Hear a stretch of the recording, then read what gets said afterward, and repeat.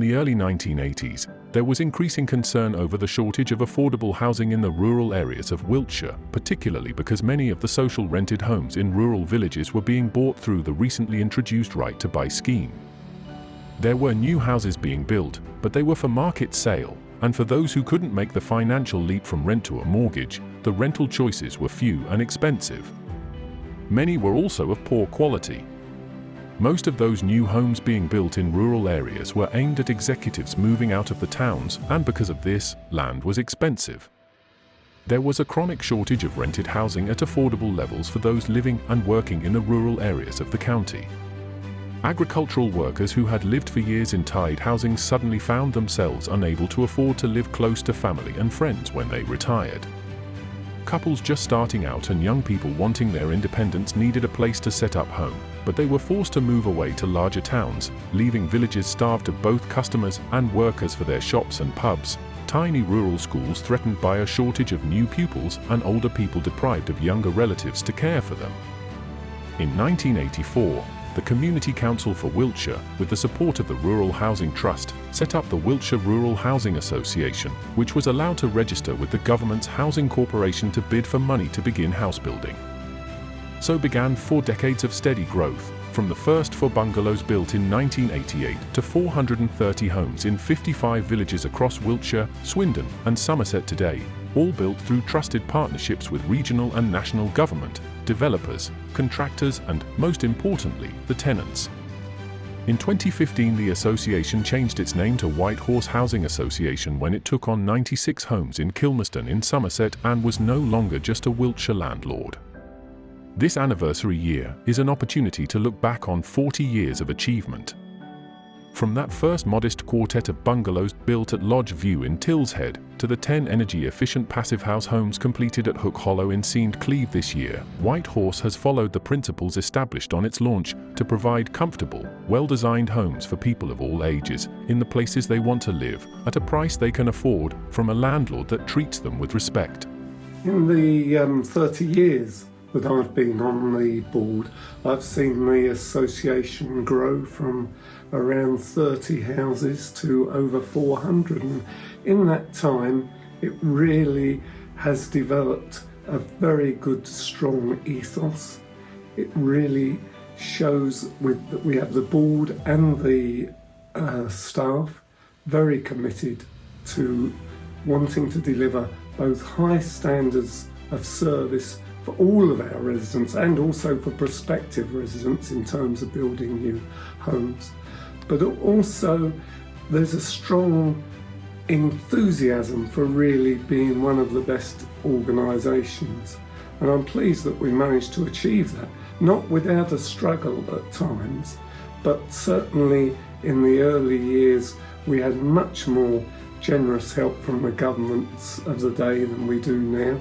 And it's a credit to the association that we've managed to get to this stage. Look at this beautiful scenery. That's one of the reasons why I adore working for Whitehorse Housing. Trying to bring forward affordable housing for people who live in rural areas like this and can't afford to buy in order to stay here. In recent years, we've been spending a lot of time helping them tackle the cost of living crisis. So we have grants available, which we can help them with food, we can help them with school uniforms, children's shoes, energy bills, all so that they can free up money in order to still pay their rent. And we have a great relationship with our tenants, and what's changed now, 15 years on from when I first started, is that they have a greater say in how the association runs, in our decision making, in our prioritising of what we do. With our new scrutiny panel that's been in operation now for the last couple of years, we go to them for feedback, they look at our policies, they let us know what the priorities of our tenants are. So it's a true working together to make sure that we're delivering a service that is good for them and most importantly, what they actually want. I've been a tenant for over 20 years now, and it's provided me with a brilliant opportunity. My son went to a local school where he's met plenty of friends. I've also worked not far from where my location was, which provided me with good transport.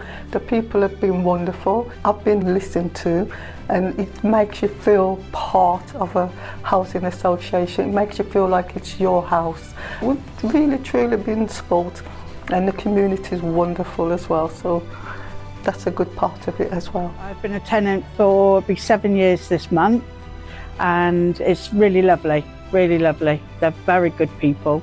Grounds are kept really nice, the houses are lovely. Yeah, I just like it. They're very approachable.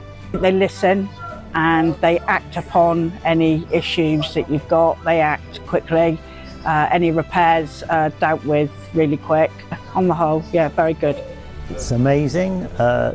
Cheap rent, well maintained, phone up all problems, and I'm one of the few tenants who goes to the office to make reports, and when I grow vegetables I take them back to the housing association that's grown in their ground.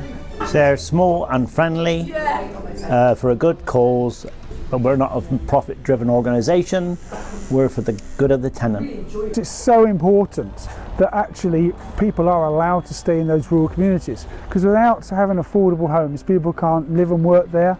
Villages start to die, schools run out of kids, nobody goes to the local pub or uses the local shop, and slowly but surely they just become a haven for people with lots of money, with very capital rich homes, and there's no life and vitality left in that village. So as we move forward over the next 40 years, it's really, really important that we continue to provide that really excellent personal service that we do to our tenants, that we maintain our existing homes so they're safe and warm and affordable.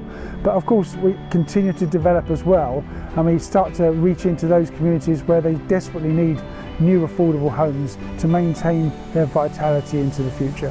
Happy 40th anniversary, White Horse Housing. Happy 40th anniversary to White Horse Housing Association. Happy 40th anniversary, White House Housing. Happy anniversary, White Horse Housing Association. Happy 40th anniversary, White Horse Housing. Happy anniversary!